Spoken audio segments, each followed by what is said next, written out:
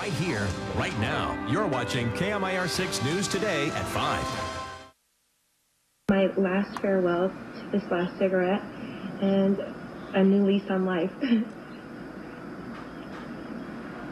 It's just better that it's over. She quit smoking, and her story was documented via the internet. Now she joins us live this morning to talk about how her life has changed. She's Lisa Gal, and she joins us. Thank you for being here, Lisa. Oh, thank you for having me. We have a lot in common that way. I've talked about it several times, my quitting smoking.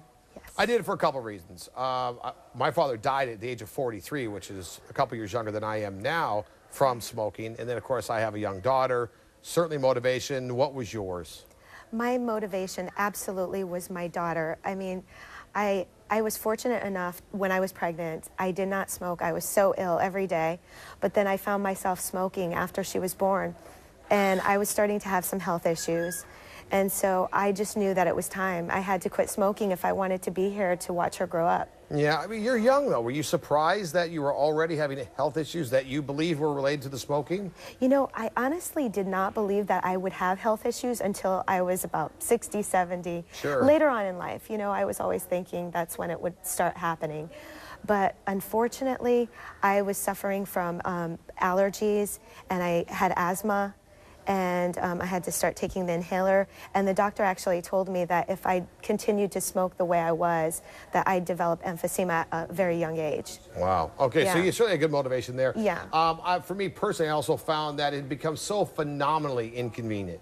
Couldn't smoke in the car when the kid was in the car. Couldn't smoke in the house ever. Couldn't smoke anywhere in public. I mean, you get dirty looks if you're standing outside doorways. They outlawed it at the beach, for crying out loud. Did you find the inconvenience of smoking also a pretty strong motivator? Absolutely. I think that that was a strong motivator in the sense that a lot of people weren't smoking out in public anymore. So you'd have to, when you were at a bar, you'd have to step outside to have a cigarette. Yeah. And it was almost so inconvenient that what was the point, really? All right, let's talk about the quitting, though. Certainly the most difficult thing I've ever done.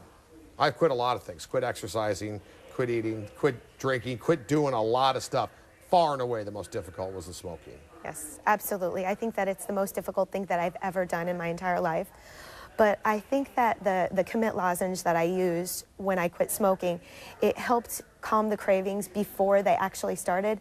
So I was actually able to deal with the psychological aspects of my smoking, which I didn't think that I had, but I found out that, you know, I really had to deal with that aspect first. I had a friend who said to me one time, he said, you know, women came and went, jobs came and went, but Marlboro was always there. And it really is a sense of longing. I mean, this thing had been with you. Let's face it, they get most of us in high school. And, you know, we're talking 20, 30, 40-year relationships. Yeah. I actually never thought that I could enjoy myself or have fun without cigarettes. But now that I've been smoke-free for almost a year and a half, I've realized that I just, you know, I can enjoy myself just as much without having cigarettes. Okay, tell me about now documenting this whole thing and then putting it on the internet. Why was that important to you, and how was that therapeutic? Well, there were actually 4 of us.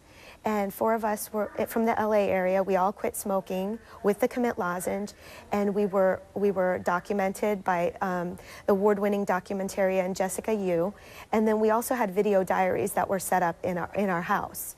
So every night we were able to vent and kind of tell. No, because there's some. I mean, venting is a good choice of words. Oh yeah. There's times. I mean, you're angry. I was angry that I couldn't smoke. Oh, you have to see my highs and lows. I mean, you can check them out at the commitlozenge.com, and it's just unbelievable to watch this.